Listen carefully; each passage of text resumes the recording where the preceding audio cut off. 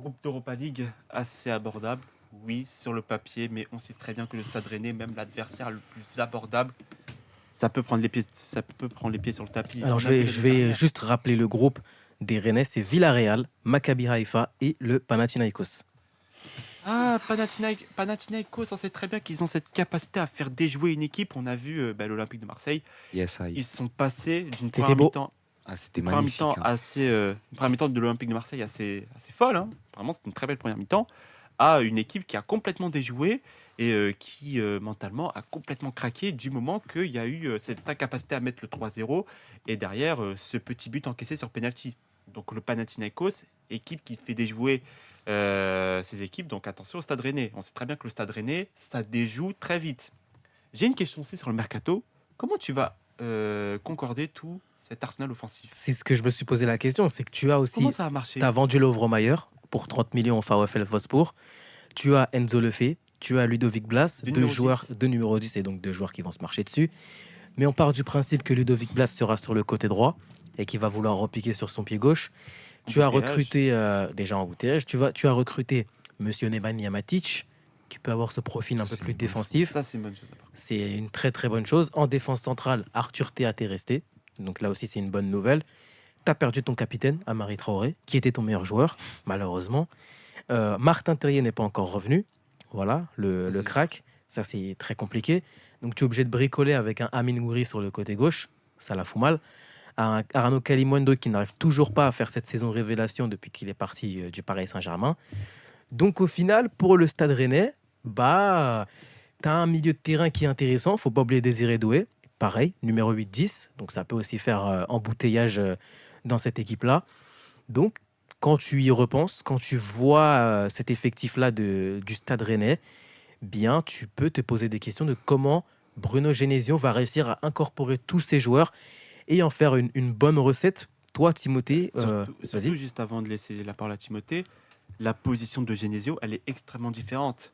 S'il a réussi pour l'instant au Stade Rennais, et c'est une réussite malgré mes critiques, s'il a réussi, c'est parce qu'il était dans une position où son équipe n'était non seulement pas attendue, mais où aussi il avait une équipe un peu plus défensive, un peu plus football direct. On avait cette équipe de Rennes qui jouait très direct et qui pouvait Et il y a faire très aussi mal contre les équipes du Lille. Ibrahim Salah, attaquant qui a été recruté. Là, aujourd'hui, Bruno Genesio, il est dans la même configuration qu'à Lyon, et c'est ce qui avait valu la plupart de ses critiques.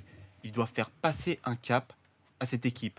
À Lyon, il a échoué à faire passer un cap à une équipe qui était franchement assez extraordinaire. Et Ndombele, Franchement, Bekir, pour moi, Fernandinho. le cap, il aurait dû être passé déjà depuis la Oui, saison dernière. Mais bon, oui, c'est ça, c'est ça. Et autre là, chose. cette saison, il va être extrêmement attendu. Il va pas avoir le droit à l'erreur parce qu'encore une fois, cet effectif du Stade Rennais, c'est cet effectif-là qui doit passer un cap. On peut plus tolérer que le Stade Rennais finisse quatrième, cinquième.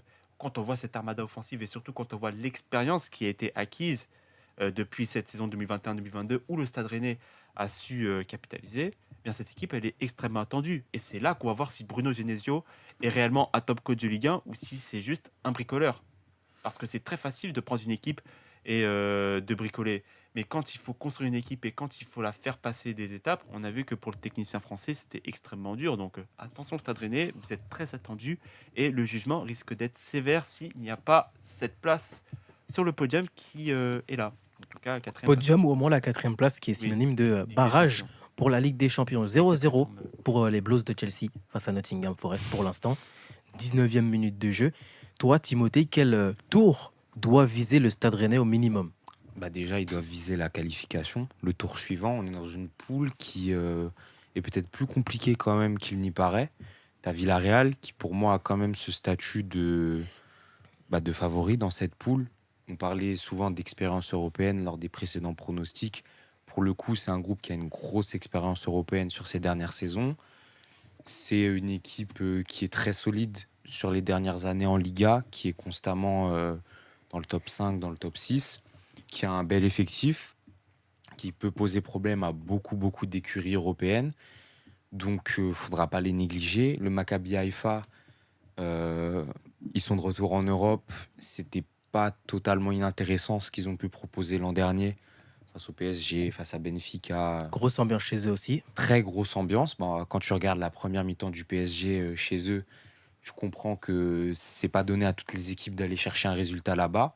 Et quand on connaît malheureusement la capacité des clubs français à à complètement perdre les pédales d'un point de vue mental sur certaines confrontations. On se dit que ça peut être le match piège, le match qui justement te fait perdre cette qualification en huitième de finale.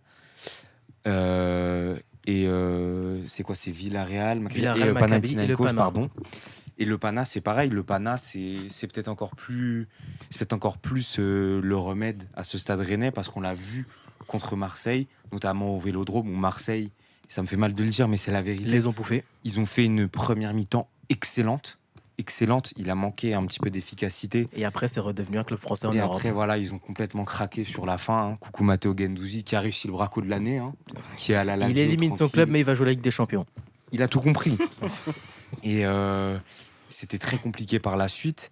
Et ça aussi, c'est un élément qui peut coûter des points à Rennes. C'est que le Pana, même quand c'était le temps fort de Marseille, a réussi à limiter la casse. Évidemment qu'il y a des faits de jeu, en particulier des arrêts du gardien, des gros ratés des attaquants marseillais qui leur ont profité. Mais ça, clairement, c'est des situations que je vois à Rennes réitérer, malheureusement. C'est-à-dire tu domines, mais tu n'arrives pas à mettre ce but qui te met complètement à l'abri. J'ai envie de dire, c'est un petit peu le schéma qu'aiment reproduire malheureusement les clubs français en Coupe d'Europe. Donc attention, il faut faire très attention pour les Rennais dans cette poule-là, parce que ça peut être beaucoup plus homogène que ce qu'on pense. Je dirais Villarreal premier, Ouais. pour toutes les raisons que j'ai évoquées. J'espère Rennes deuxième. Mais Ils ont intérêt là par contre. Hein. Ils ont intérêt parce que voilà, c'est vrai que c'est une équipe depuis 2-3 ans qui a un peu ce statut d'équipe prometteuse. Plus équipe prometteuse. Là, c'est vraiment Mais une là, équipe. voilà, là, on est d'accord. Au-delà même de dire équipe prometteuse, parce que pour moi, ce statut-là, il est passé même depuis 4-5 ans, depuis la Coupe de France qu'ils ont remporté face au PSG. Merci beaucoup. Ouais, super. C'est une équipe qui a des moyens. La famille Pinault qui Là, oui, on est dépense d'accord. énormément. La saison où le Paris Saint-Germain fait ce fameux mercato du siècle, le Stade Rennais sort 80 millions de sa poche pour recruter des joueurs de grande qualité. Donc au final, ce statut d'équipe prometteuse a été tout simplement dépassé pour équipe prétendante à se qualifier en Ligue des Champions. C'est pour ça que en Ligue 1. Là, ils peuvent plus se rater parce que voilà, on sait qu'ils ont les armes pour le podium en Ligue 1. On sait qu'ils ont les armes pour un parcours européen. Je ne saurais pas te dire à quel stade de la compétition ils doivent aller, mais en tout cas, c'est sûr que sur le papier, même s'ils ont une bonne poule, sur le papier, tu dois sortir des phases de groupe de Ligue Exactement. Europa. Il y a en équipe française, il y a Marseille qui a potentiellement tombé le groupe de la mort. Ils sont un gros groupe. L'Ajax, Brighton et l'AEK Athènes, donc un autre déplacement en Grèce. Très très dur ça. Pour l'autre groupe français, on a Toulouse qui va affronter Liverpool, l'USG et l'ASC. Donc on verra ce que ça va donner aussi pour l'équipe française qui a remporté la Coupe de France la saison dernière, mais qui, on verra en fait comment ils vont réussir à prendre la compétition européenne et le championnat de France, parce que ça va être très compliqué à gérer et à jouer sur les deux tableaux. J'espère que vous avez bien été au courant de l'actualité, parce que les quiz ont un rapport avec la compétition, les Coupes d'Europe actuelles. Donc j'espère que vous avez bien révisé, ou que vous êtes en veille de l'actualité. Comme on a ce temps-là en plus. Eh bien, on verra. Dernière question, est-ce que c'est un effectif taillé pour l'Europa League? Ah oui. Pour Oui. moi, oui. Non. Non. Ah. Vas-y. C'est un club français. Ah, on parle de l'effectif, pas de ce qu'ils vont faire dans le jeu. Sur le papier, pour moi, le Stade Rennais... Ça vise quoi le stade? L'effectif sur le papier, ça doit viser quoi? Parce qu'il faut bien se dire une chose, c'est que on se dit, ok, tu mets Villarreal premier. Donc, mettons que Rennes finisse deuxième. Il joue Barrage. il joue un barrage. Potentiellement un troisième. Il joue contre un reversé de Ligue des Champions. Est-ce que cet effectif-là a les cannes pour jouer une équipe de Ligue des Champions, même si elle est reversée? Ça dépend qui. Tout dépend qui c'est, ouais. Et encore. Oui, non, mais oui, évidemment que c'est très dur. Mettons qu'il tombe sur, par exemple, on va prendre le scénario de Timothée, Galatasaray a fini troisième. Est-ce que là, actuellement, vous verrez ce Stade Rennais pouvoir battre Galatasaray, par exemple? Honnêtement, non. C'est un exemple, tu vois. Oui. Je pense qu'ils peuvent les battre, oui. Le miracle de la Coupe d'Europe. Le miracle. À domicile, ils perdront pas.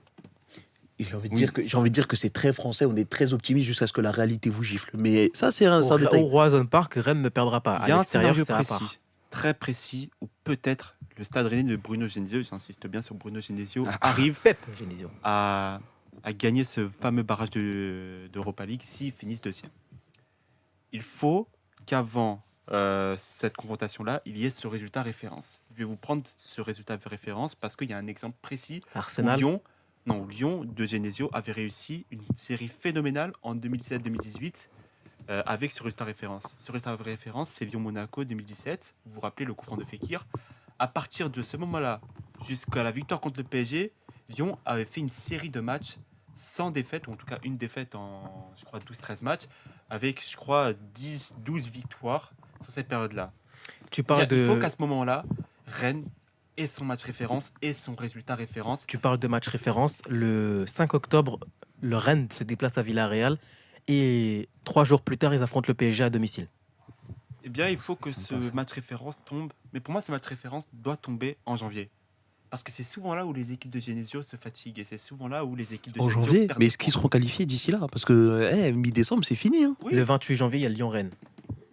à voir. Peut-être que... Ouais, enfin, c'est l'OL, quoi. Enfin, Mais en tout cas, Ou- pour moi, ouais, le Nice, non, c'est scénario bancal, où Nice. Rennes arrive à faire ce gros résultat qui lance sa saison, quand est-ce qu'ils ça jouent doit vraiment être après ce match référence ça en Ligue 1. Quand est-ce qu'ils jouent Lens et l'OM? Parce que Lens- ça peut être un peu plus équivoque. Alors, ils jouent Monaco le 10 décembre Mhm. et 7 jours avant, ils jouent Marseille le 3 décembre. Genre cette période-là, sachant que normalement dans cette période-là, il y aura leur dernier match de Oui. poule Des- d'Europa qui pourraient d'Europa être League. Ils ont décisifs, déjà hein. joué Lens, ils ont fait match nul. Oui, c'est vrai. Bah, du coup, là, tu vois, ce sera un peu plus Et équivoque. pour le coup, tu parlais de Lens, ils se sont fait bouffer par Lens, hein, très clairement. Ils se sont Oui, vraiment ils fait se bouffer. sont fait allumer. C'est terrible. Hein. C'est Andy Lens Diouf, avec un peu de finition, franchement, ça en mettait 4 ou 5. Justement, ouais, il est là pour ça. Parce que Andy Diouf, il a mangé le milieu. Mais littéralement, Andy Diouf à lui tout seul, il a tout simplement annihilé le milieu. Un milieu dont on parlait, avec un Enzo Lefebvre, un Ludovic Blas sur un côté. Donc finalement, est-ce que c'est vraiment le bon recrutement pour le Stade Rennais? À voir. On verra de toute façon dans les semaines à venir. Parce que aujourd'hui, ils vont affronter Brest à 17h. Et la semaine d'après, ils vont affronter nos chouchous, les Lillois.